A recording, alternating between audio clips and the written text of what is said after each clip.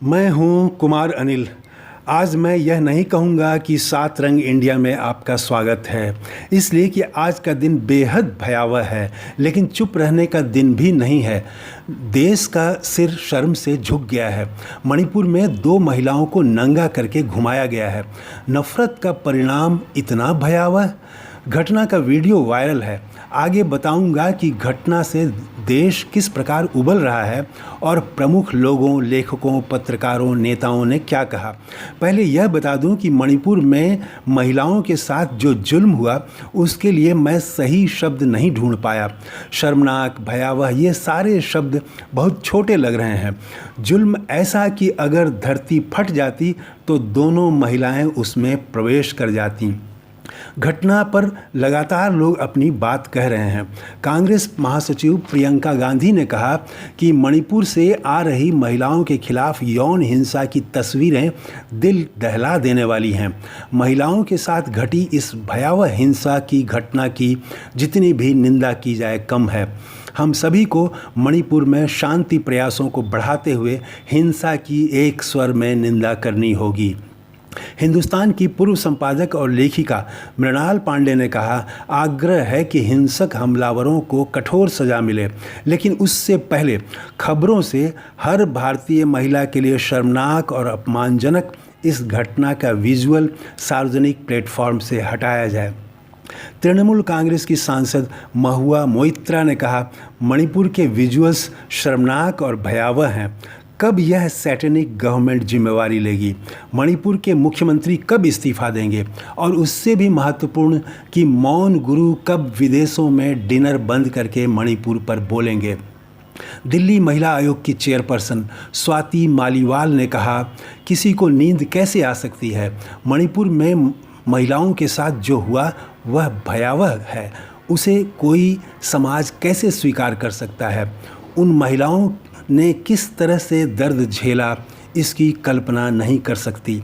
पत्रकार रणवीर सिंह ने कहा, मणिपुर का वीडियो देखते हुए लगा जैसे कोई आहिस्ता आहिस्ता देह पर आरी चला रहा हो। यह देखा नहीं जा रहा है, यह विभत्स है।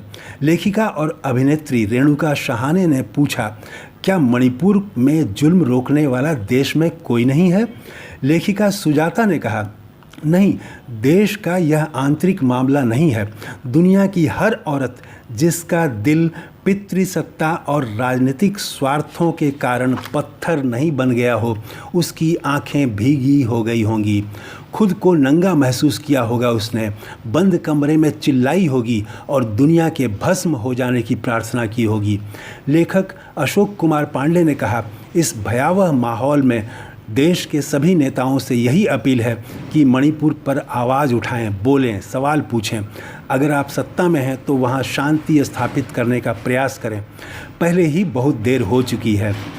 गुजरात के कांग्रेस विधायक जिग्नेश मेवानी ने कहा, मणिपुर की गलियों में हिंसक तत्वों का राज हो गया है, लेकिन केंद्र सरकार अभी तक नींद से जागी नहीं है। अभिनेता सुशांत सिंह ने कहा, इतना सड़ा हुआ समाज पूरी दुनिया में अब शायद ही कहीं मिलेगा। कांग्रेस अल्पसंख्यक प्रकोष्ठ के चेयरपर्सन सांसद इमरान प्रतापगढ़ी ने कहा, मणिपुर में 2 महिलाओं को जिस प्रकार मॉब द्वारा सड़क पर बिना वस्त्र के परेड कराया जा रहा है, वो पूरे देश के लिए शर्म से गड़ जाने वाली घटना है। आरजे और आर्टिस्ट सायमा ने कहा, हम मूर्ख हैं कि मणिपुर में महिलाओं के लिए न्याय की उम्मीद लगाए हैं। यह वह देश है जहां बिल्किस बानो के रेपिस्टों को माला पहनाई गई थी। सपा अध्यक्ष अखिलेश यादव ने कहा, मणिपुर में सभ्यता का चीरहरण हुआ है और संस्कृति का पाताल पतन। वरिष्ठ नेता शरद पवार ने आम्बेडकर के शब्द दोहराए। कहा, बिना मानवता के सारा वैभव बेकार है। उन्होंने कहा, मणिपुर के विजुअल्स परेशान करने वाले हैं। अब समय आ गया है कि हम एक हों और आवाज़ उठाएं।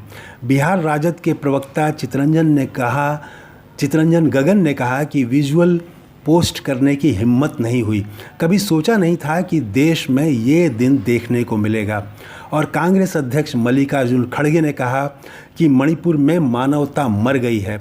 उन्होंने कहा, प्रधानमंत्री जी, आपकी चुप्पी को देश कभी माफ़ नहीं करेगा। कितना सुनाऊं? अब यहीं समाप्त करता हूँ और बस यही कामना है कि मणिपुर में शांति आए।